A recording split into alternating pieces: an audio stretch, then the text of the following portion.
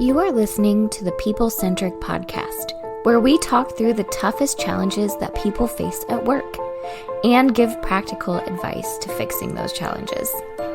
Thanks for joining our movement to create workplaces that are happier, healthier, aligned, and empowered by putting people at the center of all that we do.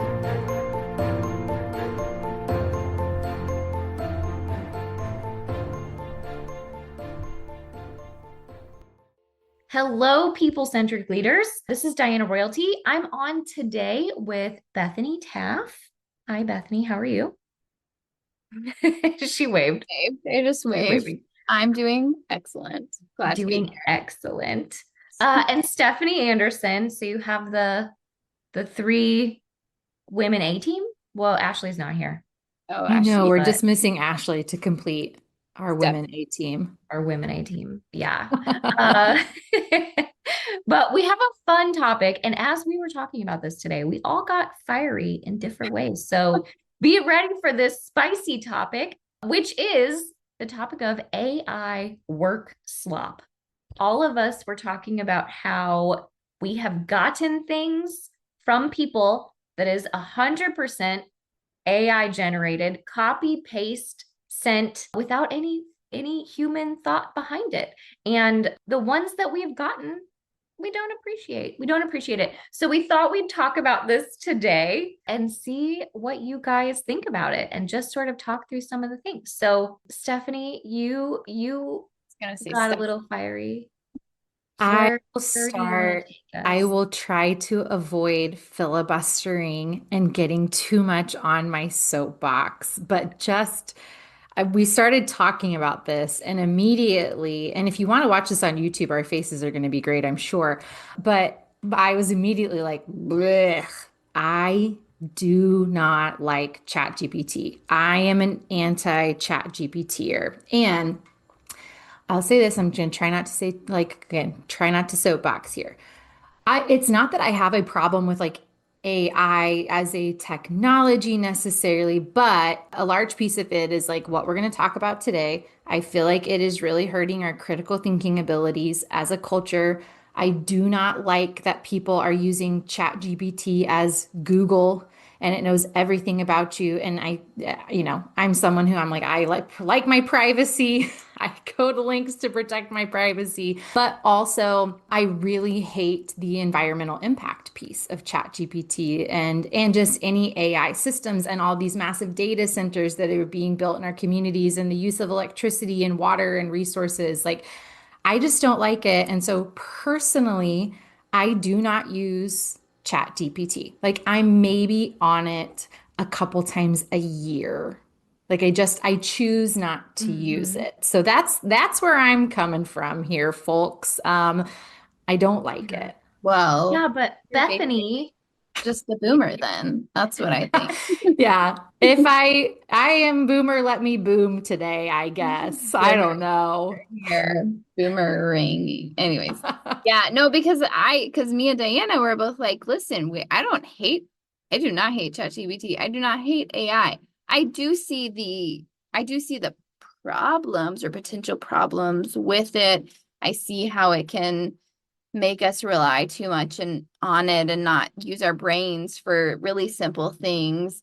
But I also do think that there are ways that it can pull a lot of data and information to help me think about something or help me kind of solve a problem or help me think about how I want to create something or work through whatever it is. But I think our whole conversation has been but where's the stopping point of what do you just take it and turn that around, or do you do something with it, do something more with it? Do you add to it or remove things from it or edit it or whatever? How do you use it, I think is the point. But I mean, this conversation started too because I think not only have we interacted with it in the workplace, but Diane, I think you had read a few articles too, and there's they're using this term. What's the term? Workslop, which is do you want to define it? Yeah. So what they're saying is that people are using ChatGPT, asking a basic question or even a complicated question. And instead of, to both of your points, instead of using critical thinking and looking at the answer, they're just copy and pasting and sending it on, which in turn then makes the person receiving the information have to look at it, edit it with their own thoughts and abilities, understand something different, pull things out of it, or start over, right? And so what it's doing is everyone keeps saying like AI is going to save us time, it's going to save us time, but in these instances it's creating more work for people. And I think we've seen it a few times. Not our team doesn't do this to people, but we've had it done to us. Yeah. And I hate when I get something that is very obviously AI, emojis and all, because then I have to go through and be like, okay, let's think critically about this. Let's use our own human brains and let's edit out the things that don't apply. I don't know. There's a lot that goes into that, but the work slop part of it is really what got us interested in this topic. Yeah, and it said like 40% of people have received Workslop in the last month. And then I think it was just kind of talking about the specific article. This was on CNBC specifically. But to your point, Diana, it's like, okay, well then it's causing people to kind of have to take that thing and adjust it, or it's just annoying. It's adding time to either saying like, either I have to fix this myself because it's very obviously not, it's just sloppy. It's not, it doesn't work specifically for the problem we're solving. It doesn't speak directly to the client that we're working with, whatever. It's just not applicable.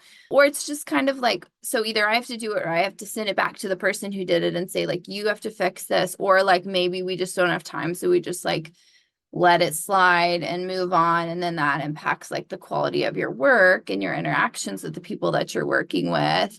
And then it's like, so it's like, okay, it actually is like wasting our time, or sometimes it's just annoying, or it's maybe like impacting how we view the people that we're working with, because then we trust them less, or we feel like they're less creative or whatever it may be, or less maybe intelligent. Like we don't see them utilizing their own brain to be able to do the work that they have in front of them. So anyways. Yeah. And like it's not always accurate. Like I think that's the other thing that a lot of people may not know about like AI and ChatGPT specifically is like there's a real issue with what it pulls is not always accurate information for you, especially in like research and things like that. Like it's looking for the words you asked it to look for in sometimes like articles or research things. And so it might pull something from the front part of an article that it was talking about, oh, we thought it was this, but then it didn't pull from the end of the article that was like, well, then actually we found out,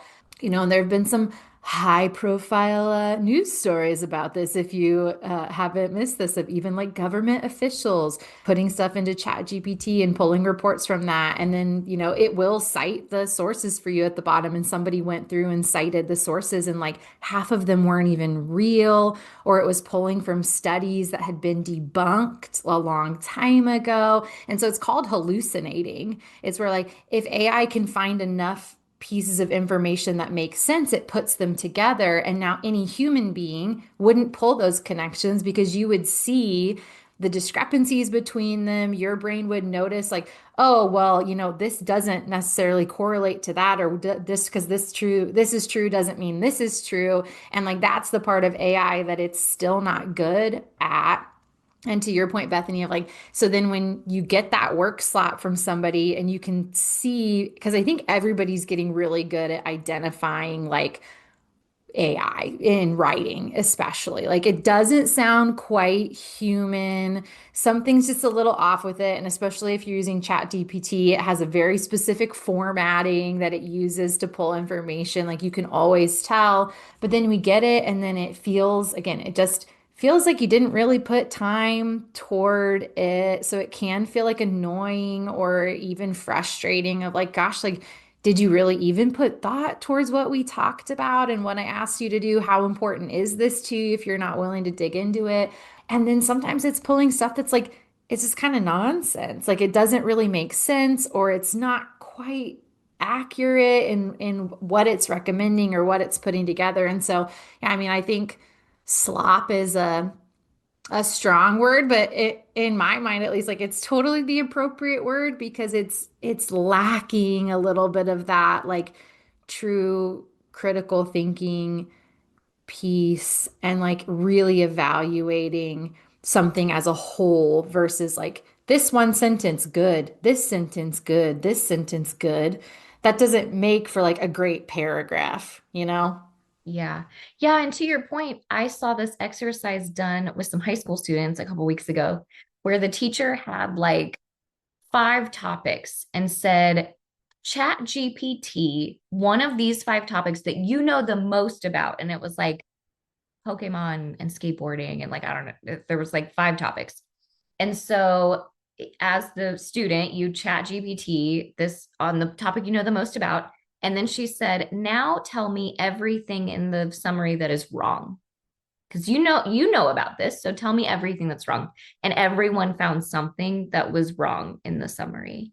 And then the teacher said, like, remember that when you go and do something with ChatGPT, it's not always going to be right. I keep using the example the other day. I used Gemini to like Google something. I Googled how old is Will Ferrell, and I just happened to use Gemini. And the Gemini summary said Will Ferrell's 34 years old.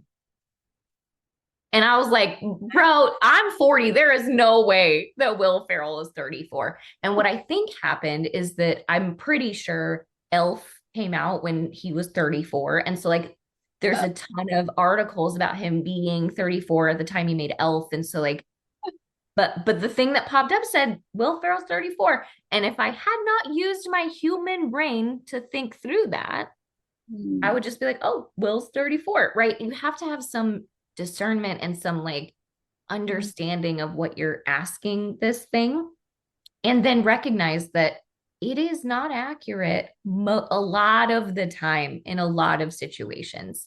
And so I think I'm most concerned with like the discernment part of it, the problem solving part of it, the critical thinking part of it. And then Bethany, I love your point about how when you get this information, then you start to question your coworkers, like, and think maybe they're not as intelligent. I know that the people I have gotten stuff copy and pasted from, I'm like, you're kind of dumb and kind of lazy. And those are just the things I'm putting out there for you. Yeah. Right. And I think it's like if you're a manager too, like just being, if you're receiving work maybe from employees who you're like, that's gotta be like, it's gotta be ChatGPT. So it's like, how do you start entering even those kinds of conversations as a leader to be like, hey, did you use ChatGPT for this? I don't want to insult you, but it looks a lot like ChatGPT. So it sort of impacts those kinds of things. And then obviously any type of, if you're sort of like giving that work outside of your organization too, how does that impact like your overall like brand reputation and organizational like,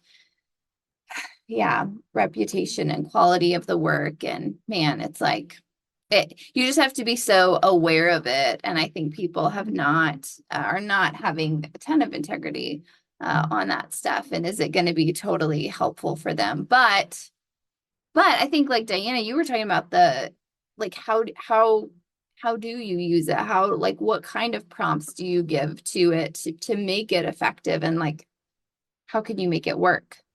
Yeah, so I was recently listening to someone about how to effectively use the AI, and they were saying like a lot of people are using it like Google. You ask it a question, it pops out a thing. But it was say the I can't remember what I was listening to, is some random podcast, but it was saying that like you can set up your prompts in ChatGPT to say, like, don't give me any fluff. I like direct answers. Don't make it overly positive, because ChatGPT, here's another key point for you. ChatGPT wants you to keep coming back to it. All AI. I keep saying ChatGPT, but AI wants you to keep coming back to it. So it's going to tell you that you're brilliant and amazing and your work is great. And it's going to do those things to like feed your ego to keep you coming back.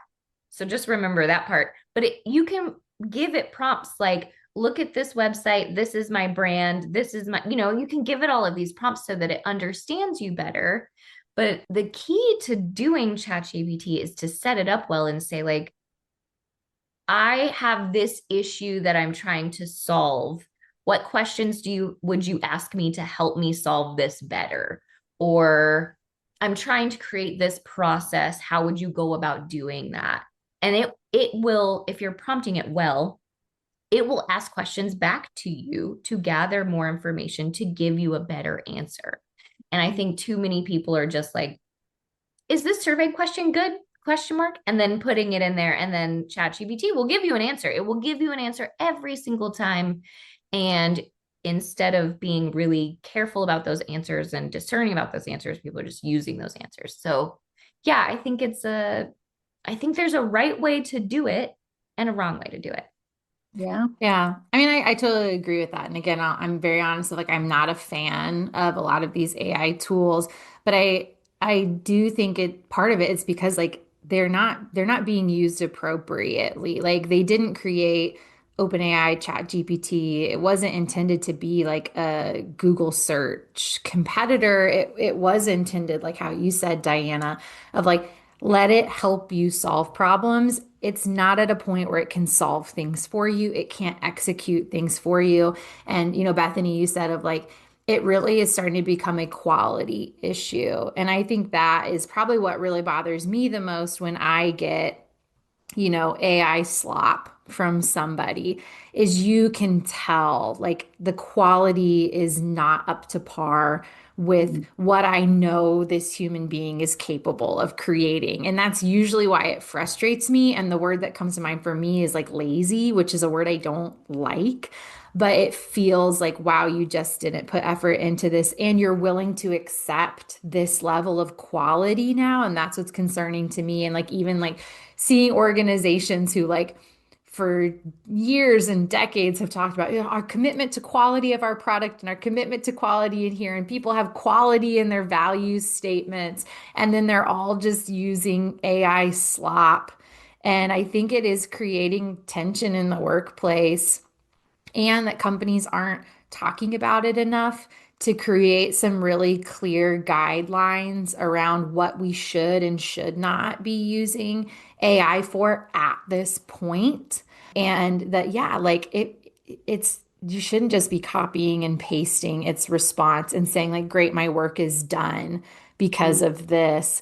You should be like, Dan, I liked how you asked it, like, ask me questions, like, help me see like a blind spot here. Like, I think that's a good way to use it. I would also counter though, you could probably ask those questions to somebody on your team, or someone else in your company of like, what am I missing in this process? What am I not seeing? Because human beings are still way better at this I than love that AI you're like is. fiercely people centric, Yeah, Stephanie. yeah, I love that. Well, and it's so good. I mean, it's good because you make a good point because it's like, well, you should actually like make connections with like experts and like get their input, which I think is like also totally speaks to our culture because it's really interesting that we actually have so much possibility to connect to people that maybe are experts in their field that maybe like we wouldn't have had the possibility to connect with otherwise.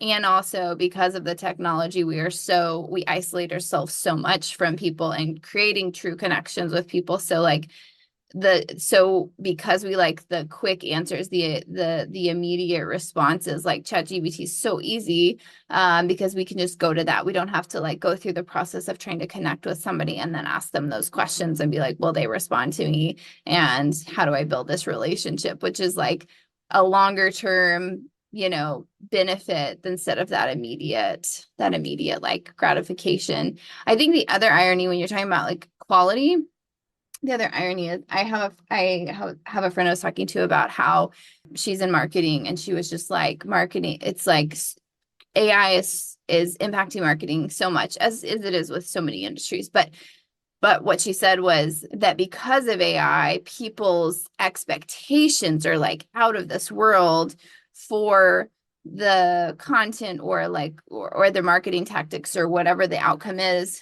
that they're looking for.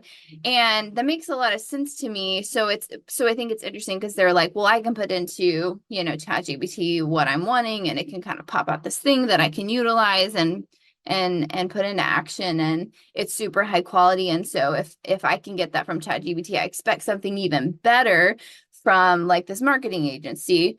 But I think then the flaw is it might be high quality, which is true. But I think because of all the things that we're saying is like because people are able to tell what's AI and what's not most of the time, not all the time, people are starting to see the difference. I think if you're putting out AI marketing, people are going to trust it less also. And it's going to it might appear really high quality, but I would bet that those results are going to fall off over time whenever it comes to what you're putting out there, because people are going to question like your integrity as a business or your own creativity or whatever, if it's like all AI generated marketing content as just a really specific example. And so I just think it's an interesting concept to think about how we think about quality and how it's impacting quality, because I think on the short term, when we use it, we think like, oh, this is really high quality. But I think the proof is going to be in the pudding of like, okay, but what's the outcome actually going to look like down the road a little bit on it? Oh, totally agree with you there. And I mean, maybe this is me just as a skeptic of like, if you're getting all of your strategies for what you're doing from an AI, then like, why do you think it's not giving other people and your competitors the exact same answers and strategies? Like, there's not also this is a strong statement. There's not also a lot of like transparency or integrity with these companies to say how they are using the information that you're giving them and that they couldn't turn around. And if we use the marketing firm example, that they wouldn't just give another marketing firm who's maybe bidding the same project as you the exact same strategies and ideas because you've already fed it all of those details for that campaign or that specific client. And then, yeah, that's where then your business integrity goes on the line of like, well, did you just ask a computer this? Did you really think about my company and my project and just some of the confidentiality of it too? I know that's something that we've talked about as a team is even protecting our clients, protecting our company, intellectual property of like, there's not a lot of firewall around that right now. If you're feeding your company's information or like intellectual property into it. I mean, people are already seeing that happen where then their stuff is showing up other places that they never intended it to or gave permission, but because you fed it into ChatGPT to work on something, it can take your ideas and hand them off to somebody else in ways you never probably would have agreed to or endorsed. Yeah. And I like Bethany was saying earlier, Bethany and I are pretty okay with AI. We think that it will be a useful tool. Stephanie, I think you think that. It's just hard. I I don't disagree with that statement. I just like I have such a problem with how it's being done. And I think to be honest, like seeing a lot of these stories about these communities who are having to like fight against these data centers being built in their backyard. We know electricity prices are increasing because of this, because they take a huge amount of resources to run. I think that's just something most people and I don't even fully understand about like how this technology actually works and like what it actually takes to run systems like this. I'm like, I don't want to I don't want to see our communities overrun by it. And then all of a sudden we're all walking around and like half of our town are just these giant box buildings so we can all ask ChatGPT what we should make for dinner. No. You went dystopia hard, Stephanie. Listen, I don't know. That's where I'm at with it today. This is the unfiltered. I get it. I get it. But I see some of its usefulness. I just really wish, as smart as we're being about some of this, it feels like we're being really dumb about other parts of it. Like we really couldn't come up with a more efficient way to do Yeah. this except for to have these giant buildings with like a 1 million outlets. I don't know. Well, Well, it I should be think regulated more for sure. yeah. I think bringing back sort of to the work side of it, I think that I'm going to call it the people-centric view. Actually, our policy on it is like, yes, use it wisely, don't input confidential information in there, whether you have the paid versions are not. We're still saying like don't put confidential information in there. And our main header, the main thing in our policy says like always put a human between you and AI. And that means you have to use your discernment. You have to use your understanding of the project itself. You have to use your critical thinking to say, is this accurate? Is this real? Is this good? Yeah. And so I think that's sort of what I would say is the overall thing that I want to portray with this is that this can be a super helpful tool. It can get you some of the things that you used to take hours to do, right? And now it can like spit out pretty good versions of it. But the answer right there is that it's pretty good. So use your discernment, put a human between you and their work. Don't be a parrot. Don't just blindly copy paste. Take the time because you were going to take more time to create the thing yourself, right? So take a little bit of time to use your discernment and use your critical thinking to really decide, is this good work being put out? Yeah, it's a like you said, it's a tool, just like any technology that we have, like utilize it as a tool, not a replacement for your own work. And so in the same way that you utilize Google as a tool, we've had to learn lots of ways that we use that. You can't copy and paste the things that you put in an article without sourcing it, or you can't just blindly add statistics to something without the context around those statistics, or, any of those things of like, yeah, utilize the tools that you have if they help you, but don't use them as a replacement. I feel like there's one other thing that I was going to add to it, and I can't remember what it is. So I had one other thing. I wanted to say that I think that this is going to become part of everybody's work life, right? Like Google and the internet became part of everybody's work life. And I think this will become that. And I want to caution people to start putting up good boundaries about work life balance now. I think when the internet happened, everyone was like, oh my gosh, we can work so much more effectively. We don't have to wait on mail. This is so fast, right? This is so great. yeah, I can instantly connect. And I think that people at the time sort of thought, well, we'll just work less, right? yeah. We'll work 30 hours instead of 40. We're going to get our time back. And instead, what happened is we just filled more time with more work, right? Because we were able to work more efficiently. So we filled that time. And I think this is going to happen again.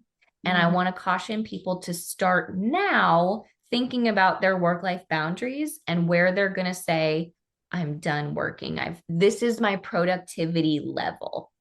Yeah, that's what I'm glad you said. That was the thing. I was like, we had Yeah. this whole conversation about that. We should talk about it because technology, yeah, the intent is always that this will save us time, but we always end up increasing the amount of work that we're doing. And so how do we trade that off effectively to say, if we are going to pick up ways to help save us time with integrity, then how do we adjust our time then to actually reflect that we're saving time instead of trying to match that pace that, we could just do more.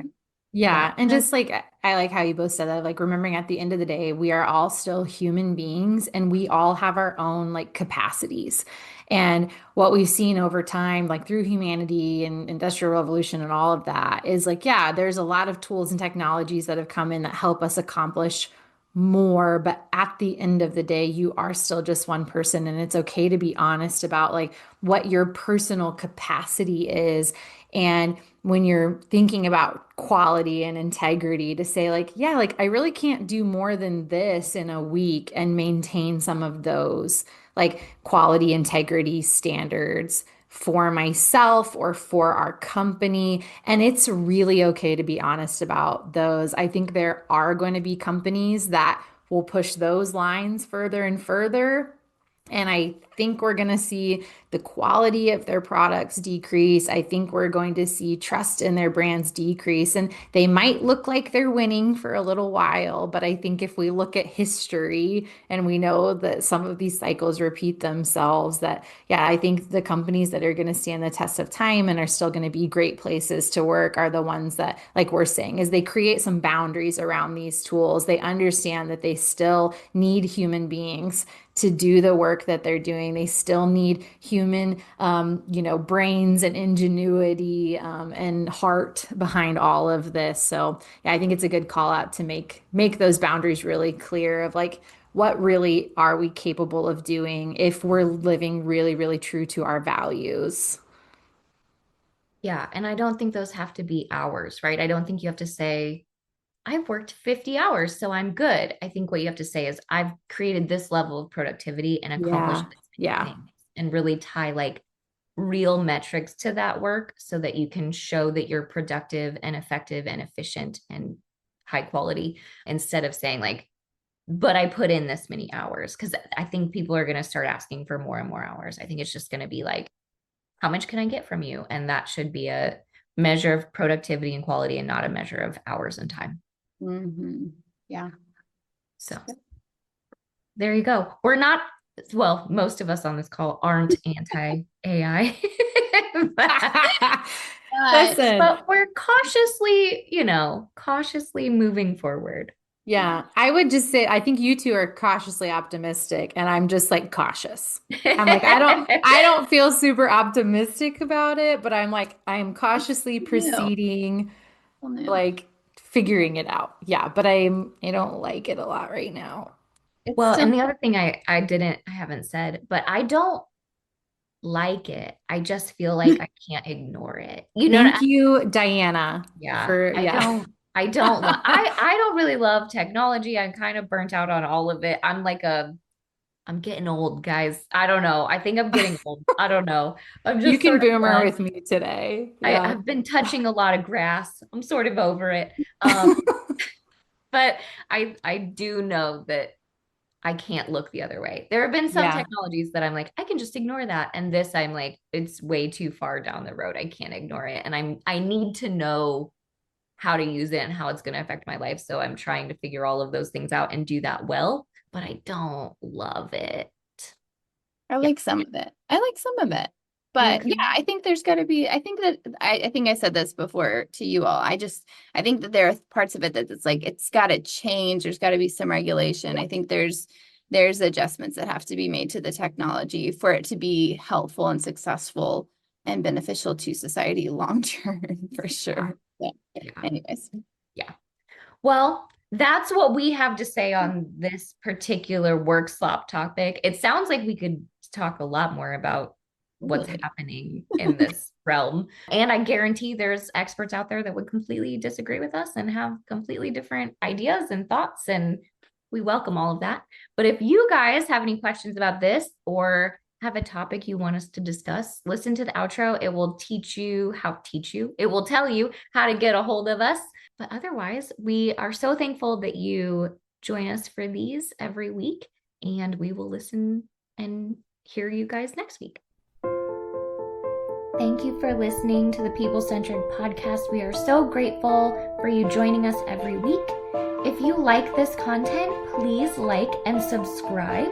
Also, feel free to share on your social media with everyone that you know. It really does help us. If you would like to contact us, I have put our information in the show notes. Please reach out anytime. We love hearing from you. We will be back next week with a new topic. Until then, be well and lead well.